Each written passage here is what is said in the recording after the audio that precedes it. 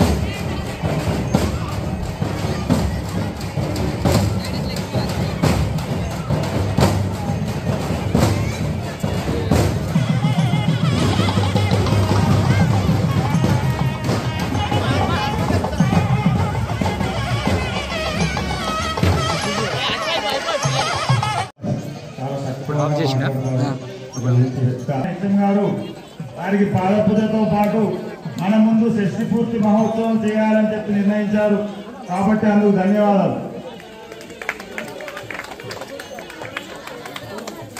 ఇప్పుడు రిటైర్మెంట్ అనేది ఏజ్ పెంచారు 61 ఏళ్ళకు కాబట్టి మరి షష్ఠి అంటే 60 కాబట్టి 60 ఏళ్ళు నిండినాయి కాబట్టి షష్ఠి పూర్తి. జ్యోతిష్ శాస్త్రం ప్రకారం మన ఆయుష్ ప్రమాణం 120 సంవత్సరాలు. ఎందుకు 60 ఏళ్ళ షష్ఠి పూర్తి అంటే 120లో సగం 60 కాబట్టి 60 ఏళ్ళు నిండితే మరి సగం ఆయుర్దాయానికి వచ్చింది కాబట్టి ఆ విధంగా షష్ఠి పూర్తి మహోత్సవాన్ని జరుపుకుంటారు. మరి ఆనాడు పెళ్లిలో చేసుకున్నటువంటి కైదండలు అంటే చెయ్యి గడిపితే కైదండలు, మాలలు వేసుకుంటే దండలు. కాబట్టి ఏదేమైనా చెయ్యి కలుపుతూ ఒకరి కలంబుజం ఒకరి శిరమున నిడుకొని చేసే ప్రమాణము అగ్ని సాక్షిగా సప్తపదులతో జరిగేదే అది. పీజీహెచ్ఎంగా తన బాధ్యతలు నిర్వర్తిస్తున్నటువంటి సహృదయులు కిషన్ గారు ఇవాళ ఇక్కడ పదవి విరమణ పొందుతున్నటువంటి సంతపల్లి శివప్రసాద్ గారి దంపతులకు వారు హెచ్ఎం గారు పాదపూజ చేస్తూ ఉన్నారు. గురుదక్షిణగా ఒక శిష్యుడిగా గురుదక్షిణగా వారు పాదపూజ చేస్తున్నారు. ఒక విశేషమైనటువంటి సన్నివేశం.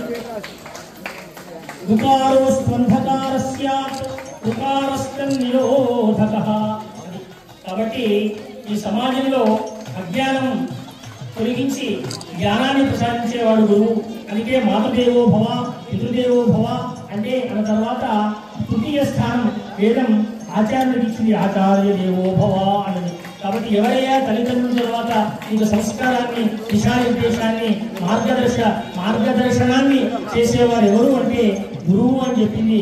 కాబట్టి ఈ అఖిల లోకానికి, సమస్త లోకానికి గురువు ఎవరు అంటే దక్షిణామూర్తే. చిత్రం వడతరోర్మూలే వృథా శిష్యా గురునివ గురోస్తు మౌనం వ్యాఖ్యానం శిష్యాస్తు చిన్న సంశయా. మరి శిష్యులంతా కూడా, వేద పండితులంతా కూడా వేదం మర్చిపోయినప్పుడు అప్పుడు శంకరుడు 16 ఏళ్ల బాలుడిగా దక్షిణం వైపు ముఖం పెట్టి ఆ విధంగా తనను చూడమంటాడు. ఆ విధంగా మరి అట్లా ఆయన యొక్క స్థాయిలో ఉండి కూడా తన స్థాయికి తగ్గ విజ్ఞానాన్ని విద్యార్థుల స్థాయికి దిగి బోధించడంలో నిష్ణాతులైనారు సార్. వాళ్ళ యొక్క నిష్ణాతను పుట్టుకున్న చాలా మంది పిల్లలు గొప్ప వాళ్ళైనారు సార్ ఇక్కడ.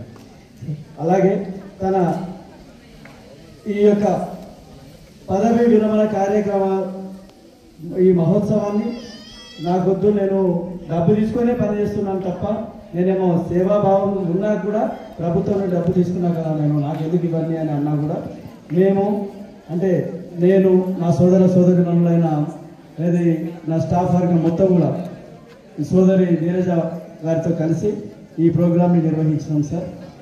దానికి మిమ్మల్ని కలవడానికి వస్తే నేను తప్పకుండా వస్తానని చెప్పిన మీకు మేము మనస్ఫూర్తిగా కృతజ్ఞత తెలియజేస్తూ, అలాగే ఇప్పుడు ఈ సభను ఉద్దేశించి గౌరవ ఎంఈఓ గారు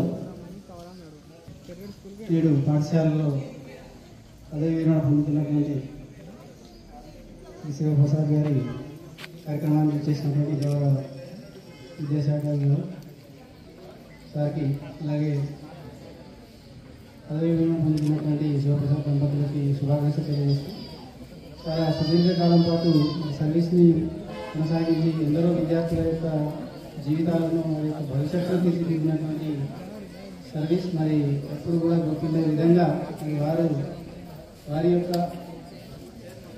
స్థాయికి అంటే ఇంతకుముందు సార్ హెచ్ఎం గారు చెప్పినట్టు చాలా సేవలను చేసి అందరి యొక్క ఆదరాభిమానాలను తెలియజేస్తూ శైలజ మేడం గారిని తమ అమూల్యమైన సందేశం ఒకటి దగ్గర వేదికను అలంకరించినటువంటి గౌరవ జిల్లా అధికారి గారు మరియు ఇతర మిత్రులు మరియు పాఠశాల ప్రధానోపాధ్యాయులు మరియు మండల నోడల్ ఆఫీసర్ కిషన్ గారు మరియు మండల విద్యాధికారి బన్నాజీ గారు, తర్వాత సన్మాన గ్రహీత అయినటువంటి శివప్రసాద్ గారు, అందరికి కూడా శుభ మధ్యాహ్నం.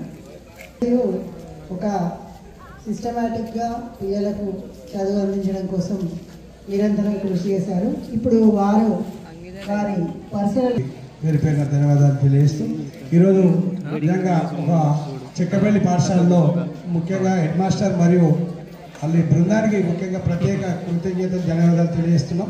ఒక మహోన్నతమైన వ్యక్తి మా ప్రాంతంలో వేములాడ ప్రాంతంలోనే మరి పిహెచ్డి చేసి 40 ఏళ్ల కిందనే పిహెచ్డి అనే పట్టా తీసుకొని డాక్టరేట్ పొందిన మా శివన్ నిజంగా విద్యా కానీ జరుగుతున్నటువంటి పదవీ విరమణ కార్యక్రమం శ్రీ శివప్రసాద్ గారి కార్యక్రమానికి అధ్యక్షత వహించినటువంటి హెచ్ఎం గారికి, అలాగే ఈ ప్రోగ్రాంకి వచ్చినటువంటి ఇతర ఆఫీసర్స్కి, టీచర్స్కి, స్టూడెంట్స్కి అందరికీ కూడా శుభ మధ్యాహ్నం.